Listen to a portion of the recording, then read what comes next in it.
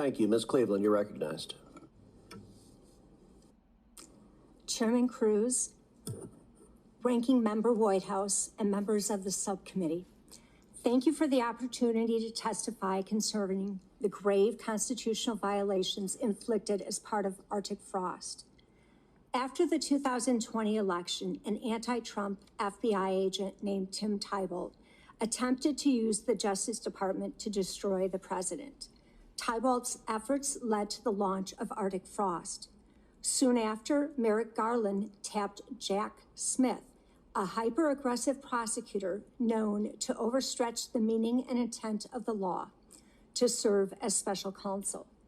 Smith proved himself true to form, indicting Trump for allegedly violating a statute enacted in the aftermath of Enron, based in part on a theory of criminal liability the Supreme Court would later hold invalid. The Supreme Court would later also halt Smith's efforts to prosecute Trump for actions that fell within the president's official duties. Beyond being a partisan in his own right, Smith stacked his team with partisan Democrats, such as J.P. Cooney and Ray Holser. Cooney and Holser served as Smith's top deputies, and in them we see the clear double standard and political bias that permeated the DOJ and FBI. Before joining Smith's team, Cooney crafted an outrageous sentencing memorandum that sought to send Trump advisor Roger Stone to prison for 7 to 9 years. Cooney's sentencing recommendations were so unhinged that the then Attorney General William Barr intervened. Cooney responded by spreading unfounded rumors that Barr and the acting U.S. Attorney were being improperly political, with media leaks furthering that narrative, eventually leading to an Inspector General investigation. The IG cleared the Trump administration, but chastised Cooney. Holser, for his part, demonstrated his partisan proclivities when he headed up the public integrity section and refused the FBI's request to open an investigation into the Clinton Foundation.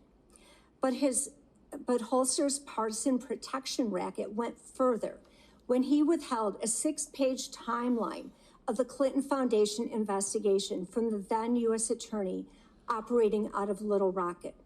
Instead, he provided an abbreviated 2-page summary that omitted all references to interference from the DOJ and the FBI leadership.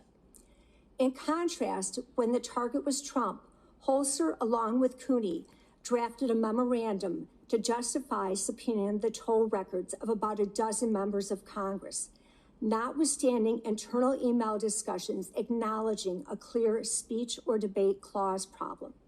They then hid the details of those subpoenas using the prohibited access functionality of Sentinel, which ghosted the FBI records.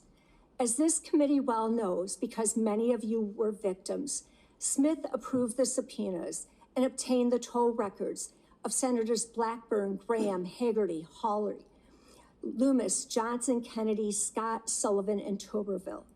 Only Senator Cruz escaped the invasion into his privacy and the violation of the speech or debate clause because his cell phone provider questioned the subpoena.